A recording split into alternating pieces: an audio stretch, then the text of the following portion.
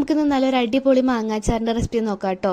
അപ്പോൾ ആദ്യം തന്നെ നല്ലൊരു ചീഞ്ചട്ടി വെച്ച് അതിനകത്തോട്ട് വെളിച്ചെണ്ണ ഒഴിച്ച് കടുകും ഉലുവയും പൊട്ടിച്ചു.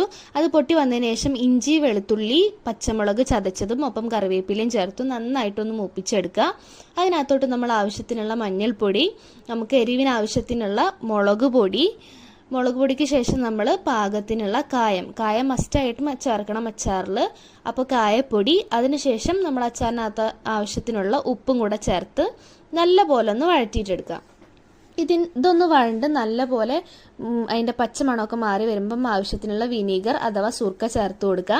അതിനകത്തോട്ട് തലേ ദിവസമേ നമ്മൾ ഉപ്പ് ചേർത്ത് പരട്ടി വെച്ചിരുന്ന മാങ്ങയും ഒരു നുള്ളു പഞ്ചസാരയും കൂടെ ചേർത്ത് നല്ല പോലെ ഒന്ന് മിക്സ് ചെയ്ത് കളറിന് ആവശ്യത്തിനുള്ള കാശ്മീരി ചില്ലി പൗഡറും കൂടെ ചേർത്ത് കൊടുക്കുക. അതിനുശേഷം നമ്മൾ നല്ല പോലെ ആ വെള്ളം ഒന്ന് വറ്റിച്ചെടുത്ത് കഴിഞ്ഞാൽ നമ്മൾ അടിപൊളി ടേസ്റ്റുള്ള മാങ്ങാച്ചാർ റെഡിയായി. എല്ലാവരും ഒന്ന് ട്രൈ ചെയ്ത് നോക്കൂ. സൂപ്പർ.